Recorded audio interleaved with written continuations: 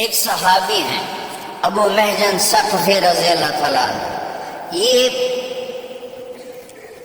بہت بڑے صحابی ہیں، پر شراب کی عادت نہیں چھوٹی ان سے۔ کئی دفعہ ان کو حد لگی، کوڑے لگے، پھر پینا شروع کر دیتے تھے۔ تو حضرت سعد نے حضرت عمر کو لکھا کہ میں ابو محجن کا کیا کروں؟ کہا اس کو قید میں رکھو، جب تک توبہ نہ کرے اس کو چھوڑو نہیں۔ تو انہوں نے ان کو وہی اسی قلعے کے نیچے کمرے میں بند کر دیا۔ ایرانی کا پلہ بھاری ہونے لگا تو ابو محجن تڑپ رہے کمرے میں کہ یا اللہ میں کیا کروں؟ تو حضرت سعد کی بیگم سلمہ ان کا گزر ہوا، کہنے لگے سلمہ یہ میرے بیڑیاں کھول دے اور مجھے گھوڑا اور تلوار دے دے، اگر میں شہید ہو گیا تو تھوڑی جان چھوٹ گئی، اور اگر میں بچ گیا تو میں واپس آ کے خود ہی بیڑیاں پہن لوں۔ تو وہ کہنے لگی اگر سعد کو پتہ چلا تو مجھ پر ناراض ہوں گے، اور آگے چل پڑی۔ تو انہوں نے شعر پڑھا، کفا حزنا ان تلتقی الخیل بالقنا واترک مشدودا علیہ وفاقیا، میرے درد کے لیے یہی کافی ہے کہ سامنے حق و باطل ٹکرا رہے ہیں اور میں بیڑیوں میں بند پڑا ہوا۔ اذا قمت عنان الحدید غلقت علی مصاری قد تسب المنادیہ، جب میں اٹھنے کی کوشش کرتا ہوں تو میرے لوہے کی بیڑیاں مجھے زمین پہ پھینک دیتی ہیں، اور میرے اور ان کے درمیان دیوار حائل ہے کمرے کی جو میری پکار کو باہر جانے ہی نہیں دیتی۔ جب یہ شعر حضرت سلمہ نے سنے تو ان کو رحم آ گیا، وہ واپس آئیں، انہوں نے دروازہ کھولا، اس کی بیڑیاں کھولی اور حضرت سعد کا گھوڑا دے دیا، اپنے خامد کا تلوار دے دی۔ انہوں نے کپڑے سے نہ اپنا منہ چھپا لیا، اور مسلمان یوں ہو رہے تھے اور ایرانی یہاں آ گئے تھے، اور یہ شخص اللہ سے کیا لو تھی، دیکھو وہ انسان ہی نہیں جس سے خطا نہ ہو، خطا سے پاک صرف نبی ہوتا ہے اور کوئی نہیں ہوتا۔ شراب کے عادی ہیں اور نکلے ہیں تکبیر پڑھتے ہوئے، اور ایک طرف سے جو اس اللہ کے بندے نے حملہ کیا ہے کلی ذات، اس نے ایرانیوں کی صف میں کھلبلی مچ گئی اور سارے ایرانی پریشانی کی بلا آ گئی، جیسے بجلی چمکتی ہے ایسے وہ چمک رہے تھے، ادھر ادھر ادھر ادھر۔ اور صحابہ چونکہ چہرہ چھپا ہوا تھا تو کہہ رہے اے بندہ تو لگتا نہیں کوئی فرشتہ اللہ نے انسانی شکل میں اتار دیا ہے۔ کبھی رائٹ پہ حملہ کرتے، پھر لیفٹ پہ حملہ کرتے، پھر وہاں سے رائٹ پر آتے، پھر وہاں سے لیفٹ پر جاتے۔ ایک جب اللہ ساتھ ہو نا تو وہ ایک نہیں ہوتا، دعا اللہ ہوتا ہے۔ کل ابو محجن ہوتا تھا کسی ایرانی ہوتا سر لا دے ہونا ہے، پچھو اللہ کھلوتو ہے کانڈ دے۔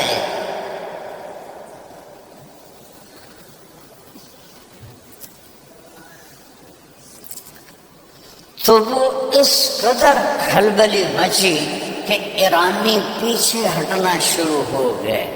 ایک بندے نے ایران کے لشکر کے زور کو توڑ دیا، اور جو ہی ان کا زور ٹوٹا اور وہ پیچھے ہٹے تو انہوں نے اچھا حضرت سعد بن ابی وقاص اوپر بیٹھے ہوئے دیکھ رہے ہیں کہ لیکن کون ہے بندہ چونکہ چہرہ چھپا ہوا ہے، غور کر کے کہنے لگے ایک گھوڑا تو میرا لگتا ہے، پر وہ تو استبلش کھلوتا ہے، اور حملے کا انداز ابو محجن دا ہے، وہ جیلج پہ ہے، تو یہ کون ہے؟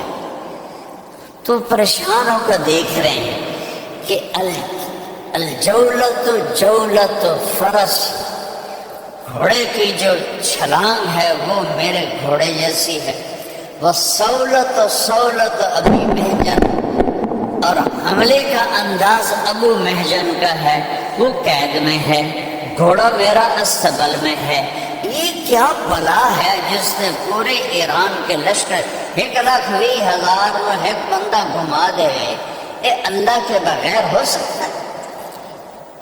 کوئی توپ تو نہیں تھی جی، کوئی ایٹم بم تو نہیں تھا، پیچھے اللہ تھا، اللہ۔ اِن يَنْصُرْكُمُ اللَّهُ فَلَا غَالِبَ لَكُمْ، اور میں تمہاری مدد کروں تو کوئی غالب نہیں آ سکتا۔ آج اللہ تو ہم نے ناراض کر دیا، اللہ تو کہتا میں حاضر ہوں، پیچھے اللہ ہے۔ تو جب وہ ایرانی لشکر پیچھے ہٹا تو یہ واپس آئے اور بیڑیاں باندھ کے بیٹھ گئے۔ شام کو حضرت سعد کے خیمے میں سارے جو امیر لشکر خالد بن عرفہ، قیس بن مکشوف اور جریر بن عبداللہ اور بڑے نعمان بن مقرن، یہ بڑے بڑے جو تھے، مغیرہ بن شعبہ، یہ سارے اکٹھے ہوئے۔ کہنے لگی یار پتہ نہیں وہ کون تھا جو آیا، چہرہ تو نظر آیا نہیں، لیکن اس نے پوری جنگ کا پانسا پلٹ دیا۔ اب کسی کو سمجھ میں نہیں آیا، سارے بہن پھر یہی کہنے لگے لگتا اللہ نے کسی کے ذریعے ہماری مدد کی، اور یہ کہہ کر اٹھ گئے۔ تو پھر حضرت سلمہ خیمے میں داخل ہوئی اور حضرت سعد سے پوچھنے لگی آج جنگ کا کیا حال رہا؟ تو کہنے لگے آج تو اللہ نے کسی فرشتے کے ذریعے ہماری مدد کی۔ پھر تھوڑی دیر بعد کہنے لگے ویسے ایک بات کہوں سلمہ، اگر میرا گھوڑا استبل میں نہ ہوتا تو مجھے لگتا تھا گھوڑا میرا ہے، اور ابو محجن قید میں نہ ہوتا تو مجھے لگتا تھا حملے کا انداز ابو محجن کا ہے، لیکن پتہ نہیں کون تھا۔ تو حضرت سلمہ کہنے لگی حاجت اگر آپ مجھے معاف کریں تو میں ایک بات کہوں؟ کہنے ہاں ہاں کہو۔ کہا وہ گھوڑا آپ کا تھا اور وہ ابو محجن تھا، کبھی ہم بھی تم میں بچھا تھے۔ کہنے لگا وہ کیسے؟ کہ میں گزری تو اس نے مجھے کہا مجھے چھوڑ دو، میں نے چھوڑا نہیں، اس نے شعر پڑھے، میرا دل نرم ہو گیا، میں نے چھوڑ دیا۔ یہ سارا کمال ابو محجن کا ہے۔ فرمایا ابھی بولاؤ، ابھی بولاؤ۔ ابو محجن کو بیڑیاں کھول کے بلایا گیا، آپ نے گلے لگایا، ماتھا چوما۔ ابو محجن آج کے بعد جو مرضی کر، تو آزاد ہے، تجھے کوئی سزا نہیں ہے۔ تو پھر میری بھی آج کے بعد شراب سے پکی توبہ ہے۔ پہلے میں اس لیے شروع کر دیتا تھا کہ لوگ کہیں گے کوڑوں کے ڈر سے اس نے شراب چھوڑی، تو میں پھر شروع کر دیتا تھا۔ اب آپ نے مجھے معاف کیا تو میری بھی توبہ ہے۔ 4 دن یہ جنگ چلی، تو میرے رب کا غیبی نظام چلا۔ چوتھی رات جب لشکر الگ ہونے لگا تو قعقاع بن عمر رضی اللہ تعالیٰ عنہ نے تکبیر پڑھ کے دوبارہ حملہ کر دیا ایرانیوں پر، اندھیری رات میں۔ پیچھے صحابہ نے بھی کر دیا، ایرانی بھی آ گیا، ساری رات لڑائی ہوتی رہی، دن کو چلی، شام کو رک جاتی تھی۔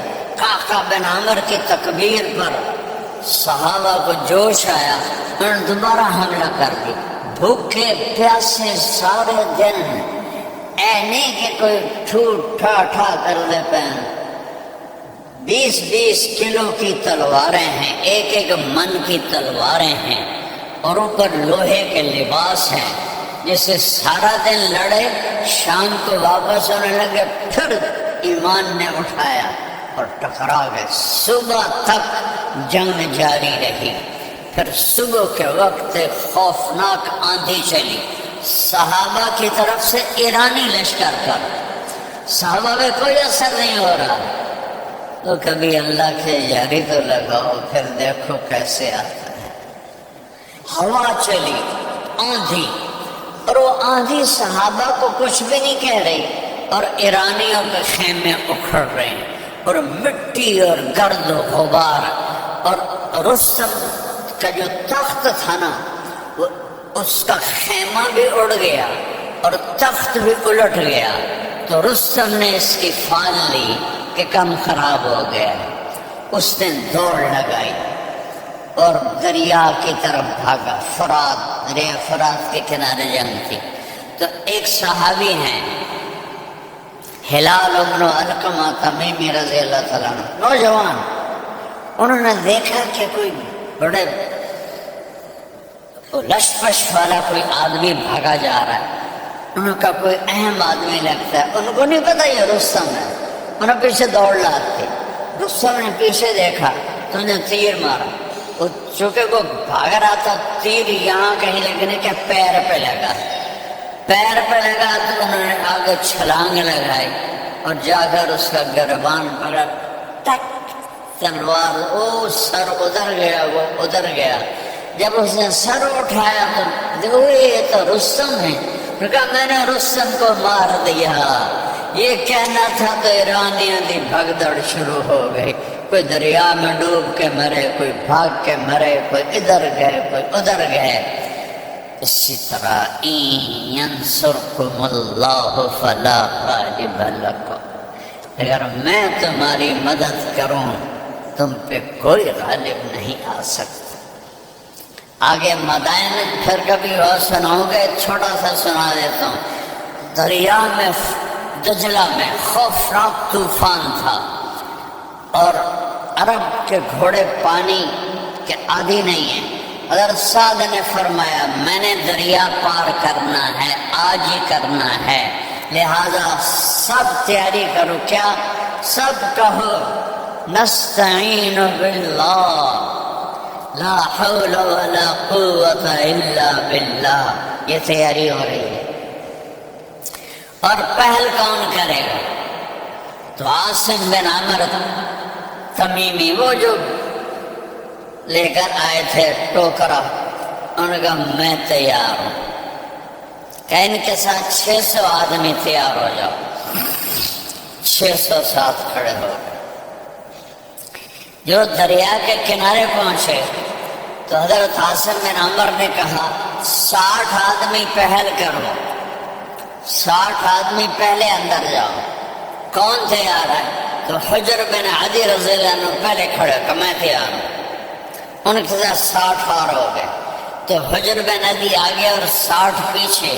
جب دریا کے کنارے پہنچے تو گھوڑے ڈرنے لگے، کیونکہ دریا میں شور تھا اور طوفان تھا، جیسے سیلاب آتا ہے، تو گھوڑے ڈرنے لگے۔ تو جو گھوڑ سوار تھے وہ بھی ذرا گھبرانے لگے۔ تو ذرا سنیں جب ایسا گل سناؤن واسطے تو تھوڑا جہا سنا دیتا ہے، باقی تفصیل کدی بعد سناواں گا۔ تو حجر بن عدی کہنے لگے اوئے اتخافون من هذه النطفہ، اوئے نطفے تو ڈر گئے ہو، نطفے تو کس کو کہہ رہے ہیں؟ دریائے دجلہ۔ ساڈا راوی جڑا ہے یہ امان دا نہیں، جس لئے سیلاب آ جائے، دجلہ تو بلا دریا ہے، وہ نطفے سے ڈر گئے ہو، نطفے سے۔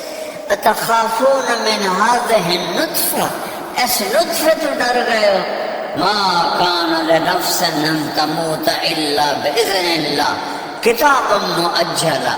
قرآن کی آیت پڑھی، کوئی مر نہیں سکتا جب تک اللہ نہ چاہے۔ کہا اللہ اکبر، اور گھوڑے کو ڈال دیا۔ نطفہ کیا کہہ رہے ہیں؟ نطفہ۔ تو حجر بن عدی نے طوفانی دریا میں چھلانگ لگا دی، پیچھے 60، پیچھے 600، پیچھے 30,000، اور اللہ پہ قربان جاؤں، سامنے دریا کے کنارے ایرانی تیر کمانے لے کر کھڑے ہوئے تھے، اور صحابہ ایسے باتیں کرتے جا رہے تھے جیسے زمین پہ چل رہے ہیں۔ جب کسی کا گھوڑا تھک جاتا، دریا چوڑا تھا، تو پانی کے اندر سے خشک زمین کا ٹکڑا نکلتا، وہ اس کے اوپر گھوڑا آرام کرتا اور پھر تیرنا شروع کر دیتا۔ تو یہ ساری لکھی باتیں سنا رہا ہوں، ہوائی نہیں سنا رہا ہوں۔ دریا میں سے زمین کا ٹکڑا خشک باہر آ جاتا، گھوڑا اس پہ سانس لیتا، اچھا لگ گیا۔ پورے لشکر میں دو واقعے ہوئے، ایک پانی کی موج آئی، ایک صحابی یوں ہوئے، تھوڑا زین تو ہل گئے۔ ان کے ساتھ تھے قعقاع بن عمرو، انہوں نے اسے کوہنی ماری اور اس کو پھر سیدھا کر دیا۔ تو سعد بن نبی وقاص دیکھ رہے تھے، کہنے لگے مائیں عاجز ہیں، قعقاع جیسا بچہ پیدا کرے۔ اور ایک صحابی تھے، ان کا جو پیالہ تھا نا رسی سے بندھا ہوا، پانی کی موج سے رسی ٹوٹ گئی، پیالہ ادھر چلا گیا۔ دوسرے نے کہا لگتا تیری نیت بدل گئی ہے، تاں تیرا نقصان ہے۔ اس کہ اللہ دی قسم ہے میری نیت کوئی نہیں بدلی، یہ ہو ہی نہیں سکتا کہ میرا پیالہ ضائع ہوا۔ یا اللہ ذرا گل سنیں جی، یا اللہ اب میں ہی تینوں ملیا میرا پیالہ کھڑی جاوے۔ کیا کمال کی بات، یا اللہ میں ہی تینوں ملیا میرا پیالہ کھڑی جاوے اور میں قربان جاؤں۔ جب دریا، اب دیکھو نا یہ پانی یہ جا رہا ہے، پیالہ لکڑی کا ہے تو یہ جا رہا ہے، لیکن جب انہوں نے دریا پار کر کے کنارے پہ قدم رکھا تو لکڑی کا پیالہ آگے پڑا ہوا تھا، ان سے پہلے وہاں پڑا ہوا تھا۔ تو حضرت سعد نے حکم دیا کہ ان کو کنارے سے ہٹاؤ، تو انہوں نے دریا سے تیر اندازی شروع کی۔ وہ تو اتنے ڈر گئے، دیو آمنا، وہ انسان نے دیو آ گئے، دیو آ گئے، بھجو بھجو دیو آ گئے۔ ایڈے وڈے دریا نو پار کیتی جاندے، نہ کوئی مردا پیا، نہ کوئی ڈھاندا پیا، نہ کوئی ڈوندا پیا۔ اے بلائی ہیں بندے نہیں ہیں، بلائی ہیں بندے نہیں ہیں، بھجو بھجو۔ سارا شہر خالی کر کے بھاگ گئے۔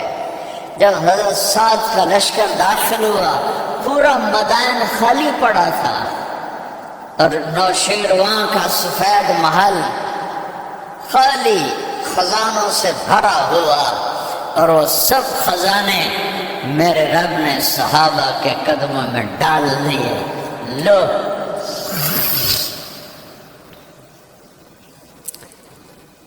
ان تصبروا وتتقوا لا يضركم كيدهم شيئا ان اللہ بما يعملون محیط۔ دو کام تسی کر دیو، ایک صبر تے ایک تقوی، پھر ویکھیا جے میں آمدہ کیویں ہیں۔ اللہ نے آ کے دکھایا، سارے خزانے کٹھے ہوئے۔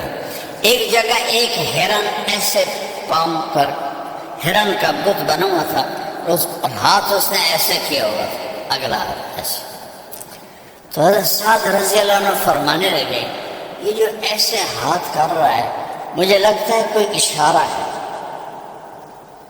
اللہ نے جب دینا تو جس طرح وہ اشارہ کر رہا تھا کہ یہ کھدائی پر، کھدائی کی تو نیچے سے 100 خزانے نکلے، 100 کمرے خزانوں کے بھرے ہوئے۔ 400 سال حکومت کی تھی آل ساسان نے، 224 عیسوی سے لے کر 651 عیسوی تک۔ تو یہ 400 سال کے خزانے اس میں تھے جو اللہ نے وہ اس اشارے کو حضرت سعد سمجھے اور حضرت عمر کے سامنے لا کر ڈھیر کر دی۔